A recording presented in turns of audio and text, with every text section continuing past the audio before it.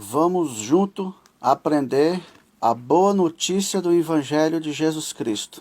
Vamos embora ouvir. Eles não entendem. Reter o que é bom é entender o que Cristo fez, é matar o seu eu e ficar com o que Cristo fez. Matar a meritocracia, crucificar a sua carne, isso é reter, é ficar com o que Cristo fez. Tem um versículo que fala sobre a palavra, né? Acho que está nos Salmos. A sua palavra eu guardei no meu coração, que é entendimento, para não pecar contra ti. É isso aí, é reter o que é bom, é ficar com a verdade. Exatamente, mas é uma coisa óbvia, né? A graça de Deus foi para a humanidade. Só que a humanidade antes da cruz tinha uma dívida. E depois da cruz nasceu sem a dívida, por quê?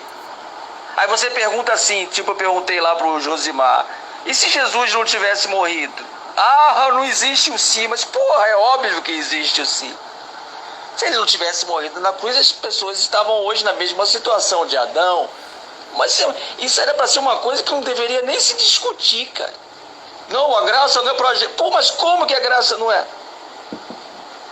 O pessoal nasceu limpo exatamente por causa da graça. E como que as pessoas querem discutir uma coisa? Por isso que eu falo, cara, se a gente tem que discutir coisas óbvias, imagine as coisas que não são tão óbvias. Aí não vai ter fim nunca a discussão. Essas coisas óbvias não precisavam nem ser discutidas, cara. E pior que o pessoal da graça que discute essas coisas, quer discutir isso. E isso fica muito irritante, porque, porra, aí não dá, aí fica complicado, cara. Cada um pensa de um jeito. É o que você falou, Jonathan. A gente tem que ter o mesmo espírito, cara, a mesma linha de raciocínio. E na coisa simples. Agora cada um quer pensar de um jeito, não dá, né, cara?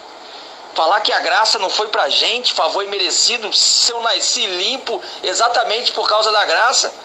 O negro hoje nasce limpo exatamente por causa da carta de alforria. Ele vai falar que a carta de alforria não fez nada por ele, a princesa Isabel? Claro que fez. Ele só nasceu livre por causa da princesa Isabel. Claro que colocando a princesa Isabel no nível de Jesus, que era a única que poderia assinar a carta, assim como Jesus foi. Aí querer falar que foi só para aquele povo, cara, aí não dá, cara, eu fico muito irritado, porque é o pessoal da graça, que você acha que tem uma mente mais esclarecida, que fala essas bobagens, e isso que é irritante. Se o pessoal da graça fala essas bobagens, imagine um legalista, cara, a cabeça de um legalista de bosta. Se o pessoal da graça tá com a cabeça de bosta, aí você desanima, cara. Como que você vai enxergar a cabeça de um legalista de super bosta? Exatamente, Marcos, só que o pessoal não sabe o que é adorar. Em Filipenses 3:3 tem tradução que fala eu adoro a Deus pelo Espírito, e tem tradução que fala servirás, que é a mesma coisa. Adorar e servir no grego são sinônimos. O que quer dizer isso no português? Eles leem que o homem tem que fazer alguma coisa, é o homem fazendo. Não, é o homem descansando no que já foi feito, ou seja, adorar e servir a Deus, a tradução no português clara seria depender. Somente de Deus dependerás. É o que estava em Adão. Deus colocou Adão para cultuá-lo, e cultuá-lo é depender dele 100%, e Adão passou a se autodepender, o Deus de si próprio. Quando o legalista, o ser humano, fala que tem que fazer alguma coisa, o ser humano é o Deus dele. Uma coisa clara, não é claro isso? Se eu tenho que fazer alguma coisa para eu me salvar, eu sou o meu Deus. Entendeu? Então eu estou dependendo de mim, eu estou me adorando e servindo a mim mesmo. Eu estou na minha dependência, na minha meritocracia. E adorar a Deus e servir a Deus, ali em Filipenses 3:3, eu me vanglorio em Cristo, não confio em nada na carne. Ou seja, eu dependo de Cristo. Ou seja, eu tenho que comer da carne dele e beber do sangue, no sentido de dependência, para eu entrar no reino. Então quando eu dependo dele, eu entro no reino, porque eu me vejo limpo por causa dele. Porque se eu falar que eu estou sujo, eu estou falando que ele está sujo. Se eu estou na dependência dele, eu tenho que me ver limpo. Se eu me vejo sujo, eu estou falando que Cristo está sujo. É igual ali em Gálatas 2:17, 5:17. Se procuramos ser justificados por Cristo, somos achados pecadores. É porventura Cristo ministro do pecado? É a mesma coisa que falar, é porventura Cristo pecador? Se nós somos dependentes dele, se eu estou pecado, ele que pecou.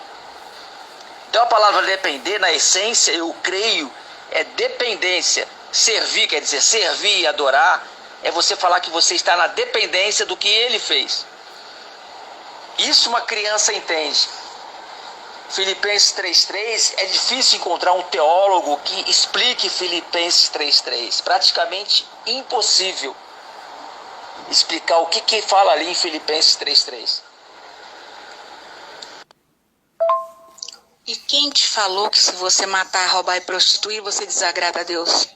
Deus não tem nada com a tua vida não, rapaz. Ele veio salvar a tua alma, essa tá salva. A obra que ele veio consumar, como eu já te falei 200 vezes, já está consumada.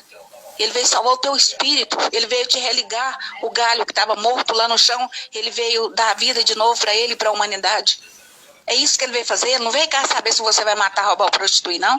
Quem falou que você fazer isso, você agrada ou desagrada a Deus? Isso aí é para você viver bem nessa terra. Isso não tem nada a ver com agradar a Deus. Você agrada a Deus? Você quer agradar a Deus? Então creia no Evangelho, creia no comunicado. Ame o próximo como a si mesmo. Como que você ama o próximo como a si mesmo?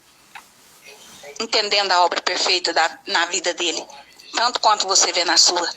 Como que você ama a Deus sobre todas as coisas, crendo na obra do Filho de Deus. Só assim você pode agradar a Deus. Agora matar, roubar, prostituir, fazer o diabo a quatro aqui nessa terra, ninguém quer saber não. Deus não quer saber da sua carne, porque não te vê mais segundo a carne.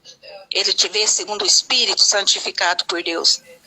Santificado por Cristo naquela cruz. Foi por isso que Cristo morreu, para santificar todo homem. A gente vê aí que os humildes, eles conseguem ser fiel até o fim. Eles respeitam a lei da fidelidade de Cristo. Já que é para morrer, vamos morrer. Ele morre. Ele vive por Cristo. E ele consegue ser fiel até o fim. O crenteiro não. Dá comichão. Ele começa a falar de Cristo, que não vem das obras. E te dá até a impressão que eles vão morrer.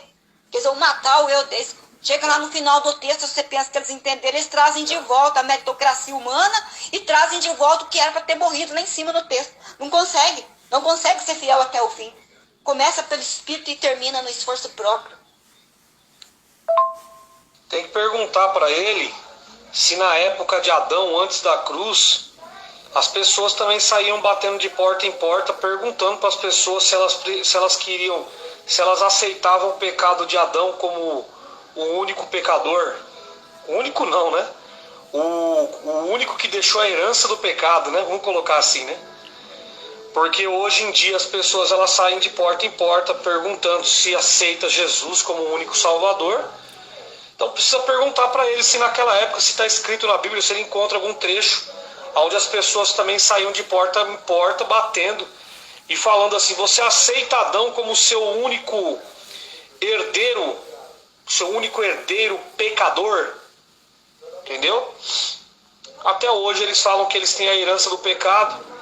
Então, antes da cruz, as pessoas não precisavam aceitar Adão como o herdeiro pecador. Eles já nasciam como herdeiro pecador. Entendeu? Agora, depois da cruz, as pessoas precisam ficar perguntando se elas aceitam a salvação. Você aceita a salvação? É uma loucura isso aí, né? Agora, entrar no reino é outra coisa, né, cara?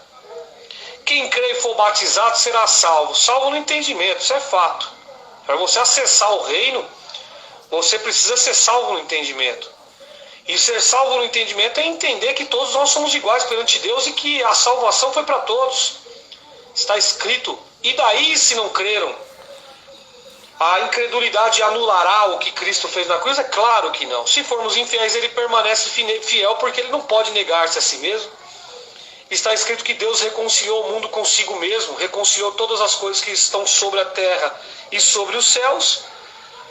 Está escrito que a salvação não é pelas obras humanas, pelo cumprimento da lei, mas simplesmente pela fidelidade e pela obra de Cristo.